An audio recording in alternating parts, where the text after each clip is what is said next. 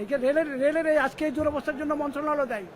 আন্দোলন আমি করতেছি না তো, আমি তো রিটায়ারমেন্টে, আমি এমনি বাইদাবাই ব্যাংকে আসছি, এই জন্যই আসলাম। দেখতেছি লোকজন জড়ো হয়েছে, দেখলাম যে ওই যে আন্দোলন চলতেছে। এটা ঠিকই যৌক্তিক আন্দোলন, এটা ব্রিটিশ থেকে ওরা সুবিধা পেয়ে আসছে, এখন পাবে না কেন? আসেন আপনি, এখন কেন পাবে না? রেল তো রেলের নিজস্ব আইনে চলে, রেলের এস্টাবলিশমেন্ট কোড আলাদা, রেলের ইএনডি রুল আলাদা, রেলের ইঞ্জিনিয়ারিং কোড আলাদা, রেলের মেকানিক্যাল কোড আলাদা, রেলের ওয়ার্কশপ ম্যানুয়াল আলাদা, রেলের প্রত্যেক ডিপার্টমেন্ট 18টা ডিপার্টমেন্ট, 18টা বই আছে, 18টা নিয়মকানুন আছে। রেল মন্ত্রণালয়ের ওই মাতব্বরি দিয়েই তো আজকে এই দুরবস্থা। মন্ত্রণালয় তো রেলের অধীনে না, রেল তো মন্ত্রণালয়ের অধীনে নিচে ঠিক আছে, কিন্তু মাথাপরিটা ওদের এখন ক্লাস 4 স্টাফ নিয়োগ দিতে হলে ওদের পারমিশন লাগে, ওদের কমিটিতে ওদের লোক রাখতে হয়। এই ক্লাস 4 স্টাফ এক সময় এই রিক্রুটমেন্ট দিত ফোরম্যানরা, লোকো ফোরম্যান দিত খালাসি, আর পিডব্লিউ দিত ওয়েম্যান। এটা তো আমরা নিজেরা দেখছি। 6-7 মাস পরে এদেরকে কাগজপত্র দেখা, এগুলো হলো সাধারণ লোকের কাজ, খেত খামারে যারা কাজ করে ওদের কাজ। এখন বিএ পাস এমএ পাস নেয়, নিয়ে যার ফলে অর্ধেক থাকে, অর্ধেক ভাইগা জায়গা, লোকজন আর কাজ করে না। আর যারা করেও এরা ম্যানেজ করে ওই কিছু পয়সা টয়সা দিয়ে বাসায় যা চুপ করে বসে থাকে। সে তো আমি পাস করছে, সে তো এই কাজ তার দ্বারা হবে না। এটা আমি না, আমি তো রেলের অফিসার ছিলাম, অফিসার থেকে রিটায়ার করছি।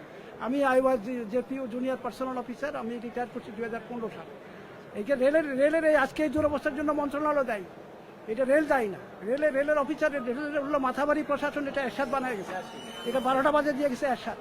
যেখানে একজন অফিসার, একজন প্রাইম মিনিস্টার সারা বাংলাদেশ চালায়, যেখানে একজন রাষ্ট্রপতি সারা বাংলাদেশ চালায়, একজন লোক ছিল চিফ মেকানিক্যাল ইঞ্জিনিয়ার জিএম ছিল একজন, রেলওয়ে বোর্ডের চেয়ারম্যান ছিল মকবুল আহমদ সাহেব, 76 আমার মনে আছে। রেলওয়ে বোর্ড ছিল 18টা ডিপার্টমেন্টের 18টা মেম্বার, একজন ছিল যিনি সিনিয়র মোস্ট, তিনি ছিল রেলওয়ে বোর্ডের চেয়ারম্যান, তিনি সারা রেল চালাইছে। এখন তেনার জায়গায় একটা জেডিজি রেল ভবনে বসে, সেম স্ট্যাটাসের সমপর্যায়ের আরেকজন সিআরবিতে বসে, তার ড্রাইভার আছে, আরেকজন রাজশাহীতে বসে, তিনজন একই মানে স্কেলের অফিসার, চিফ অফিসার। তো এখন তিনটা হলো একটার জায়গায়।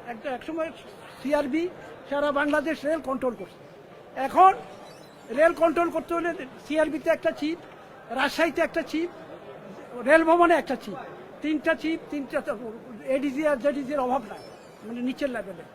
এত অফিসার বানায় মাথাবাড়ি প্রশাসন, এটার দায় নিতে হচ্ছে সাধারণ কর্মচারীদেরকে। এখন বেতন দিতে পারে না, মাঝে দিতে পারে না, তো এখন চিৎকার শুরু করছে এতটা টাকা পয়সা তো নাই, আগের সরকার তো সব মাইরা মুইরা খাইয়া গেছে। আপনি কথা বুঝছেন? এগুলো তো 2021 সালে সৃষ্টি করছে বিগত গভর্নমেন্ট। রেলমন্ত্রীকে রেল মন্ত্রণালয় দায়ী। মন্ত্রণালয় কেন আবার এখানে পিএসসিকে টেনে আনছে, এখন নিয়োগ দিতে পিএসসি লাগে। ক্লাস 4 স্টাফ পিএসসি তো হয় বাংলাদেশে, কোথাও শুনছেন? ক্লাস 4 স্টাফ নিয়োগ দিচ্ছে রেলের লোক। 85 রেল 1985 সালে রিক্রুটমেন্ট বলে পরিষ্কার বলা আছে, এসিস্ট্যান্ট অফিসার যারা, তারা এর আগে দিত লোকো ফোরম্যানরা।